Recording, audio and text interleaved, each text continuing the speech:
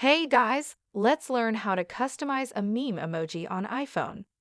So head on over onto your messages option and click on over to your compose.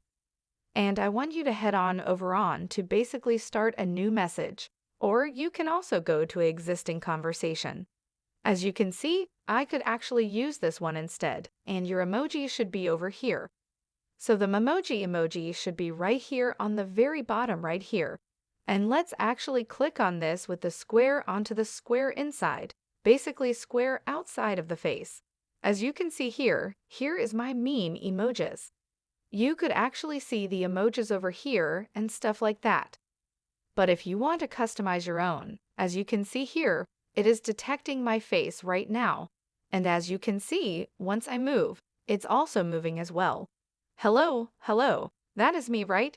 Yes, that is me. So clicking over onto this option right here, right next to it. As you can see, you could actually see your faces over here and stuff like that. And then clicking over onto the three lines next to it will give you the option to change and customize your Memoji stickers. So you could actually click on edit and change everything about your Memoji, like the clothes he's wearing, the color of the clothes, clothing.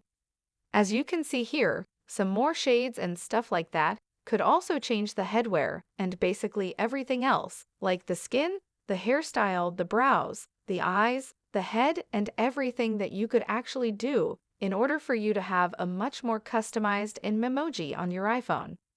So once you're happy with that, click on Done, and basically you're going to have the face that you have recently created over here and apply it already. And you could use this to send to your friends and loved ones on your messages on iPhone. Okay guys, that is how you customize a Memoji on iPhone. I'll see you guys in the next one.